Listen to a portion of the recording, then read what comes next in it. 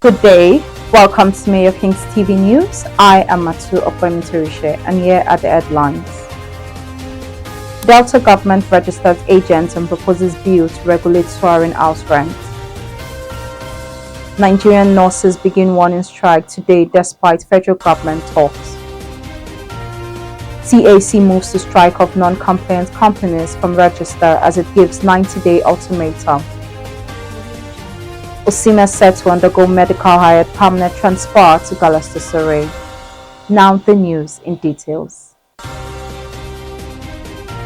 Following the soaring accommodation rent in Delta, the State Ministry of Housing has embarked on the registration of housing agents to enable it to regulate their activities. The ministry is also set to inaugurate a task force against agents who outcharge exorbitant rents in the state, just as a bill to regulate the worrisome soaring rents in metropolitan cities of the state is set to be sent to the State House of Assembly. The State Commissioner for Housing, Right Honorable Godnose Angalia, stated this is when the executives and members of the Asaba Correspondence Chapel of the Nigerian Union of Journalists, NUJ, paid him a courtesy visit on Tuesday in Asaba. According to the Commissioner, the government may apply moral persuasion on landlords to regulate their rents so as to ensure more affordable accommodation in the state. Angeli further said that the governor also directed the other housing units to be constructed in the phases across all federal constituencies and thereafter, local government by local government, all in a bid to address accommodation shortage across the state. According to the Commissioner, over 400 housing units are being targeted by the incumbent administration spread across the state. He emphasized that the state government is partnering with the Real Estate Developers Association of Nigeria to develop affordable housing for civil servants and residents of the state. The Niger State Police Command has reunited 35 rescued kidnapped victims, comprising 16 women and 19 children with their families after weeks in custody. The victims were recently rescued while being relocated from Niger State to their abductors. The Commissioner of Police, Adamu Abdullahi Eleman, represented by the Deputy Commissioner of Police in charge of investigation, Ibrahim Adamu, handed over the survivors to the chairman of the Rafi local government area, Ayuba Usman Katako, in Mina, the state capital.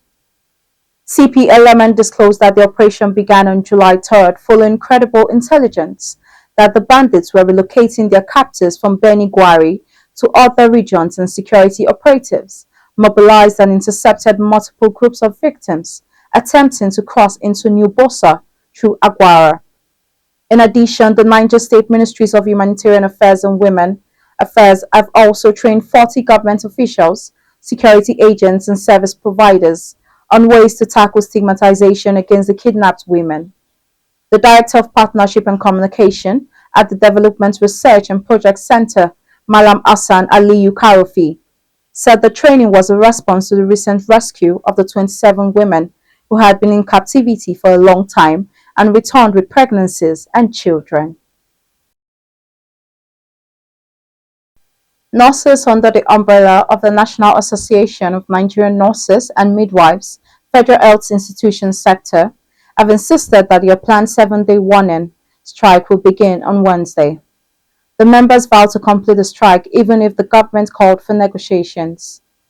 Speaking on Tuesday, the national chairman of NANNM-FHR, Mo Karing Rewan, said the government had 15 days to respond to their demands but failed to act, recalling that the union on July 14, 2025, issued a 15-day ultimatum to the federal government, demanding immediate intervention to prevent a total healthcare shutdown. Some of the demands of the nurses are the upward review of shift allowance, uniform allowance adjustment, a separate salary structure for nurses, increased core duty allowance, mass employment of nurses, and the establishment of a nursing department in the Federal Ministry of Health, among others. He further explained that after the 7-day warning strike, if no reasonable agreement was reached, they would give 21-day ultimatum to the government according to the labor law before proceeding on the indefinite strike.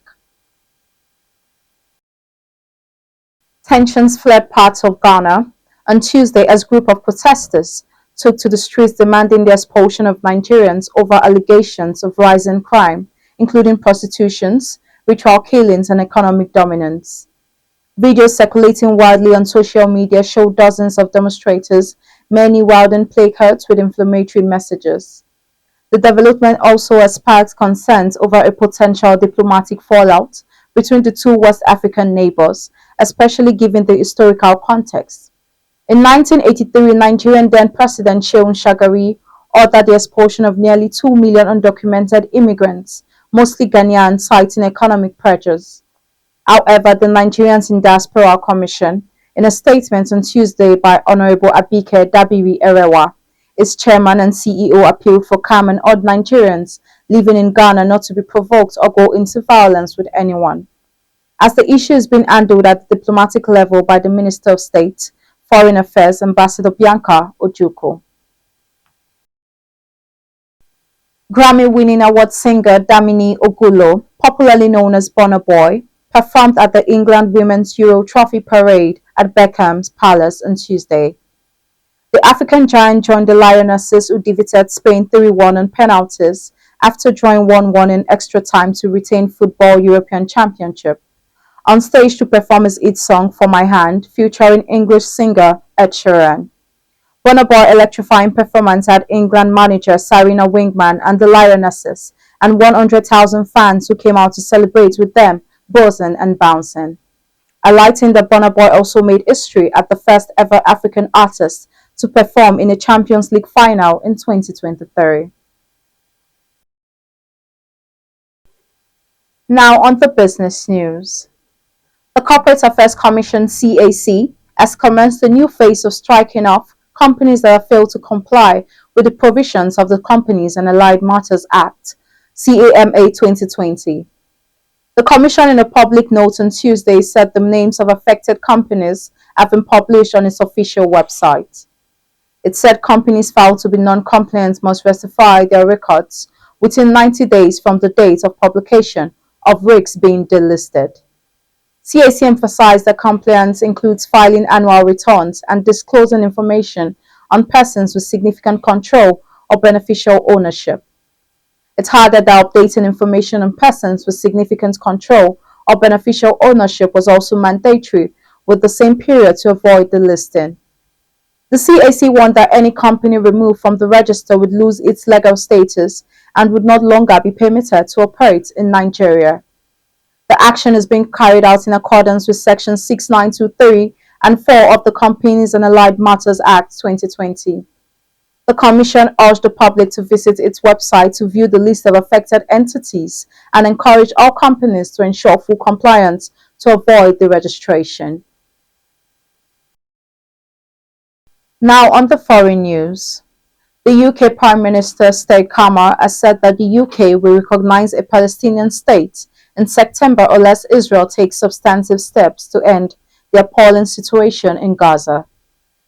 The Prime Minister stated that Israel must also meet all the conditions, including agreeing to a ceasefire, committing on a long-term sustainable peace that delivers a two-state solution, and allowing the United Nations to restart the supply of aid, or the UK would take steps at the September UN General Assembly. Israeli Prime Minister Benjamin Netanyahu, in a statement, said the move rewards Hamas' monstrous terrorism. The UK government has previously said recognition should come at a point when it can have maximum impact as part of a peace progress. Moreover, the current Israeli government is opposed to a progress towards a two-state solution, so it's highly unlikely to agree to the conditions. In the meantime, Sir Starmer stated that Hamas must immediately release all hostages, sign up to a ceasefire, disarm and accept that they will play no part in the government of Gaza. Now on the sports news. Victor Osimhen is ready to undergo his Galatasaray medical on Thursday for the €75 million move from Napoli. According to authoritative transfer expert Fabrizio Romano, the Nigerian international will land in Istanbul on Wednesday. All documents relating to the deal have been countersigned.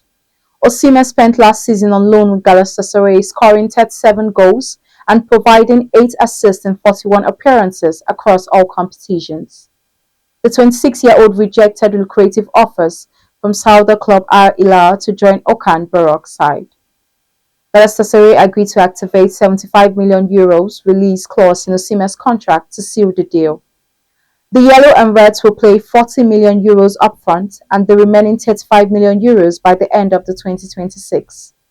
Napoli are entitled up to €5 million in bonuses and retain a 10% sell-on clause. There's also crucially a anti-Serie A clause included, preventing Osimhen from joining one of their competitors within the next 2 days. Now a recap on our headlines. Delta government registers agents and proposes bill to regulate soaring house rents. Nigerian nurses begin warning to strike today despite federal government talks. CAC moves to strike off non-compliant companies from register as it gives 90-day ultimatum. Osimhen set to undergo medical ahead permanent transfer to Galatasaray. That's the news as a detailed by Timiola Emanuela. I am Matsu Okwamitorishe. Thanks for watching.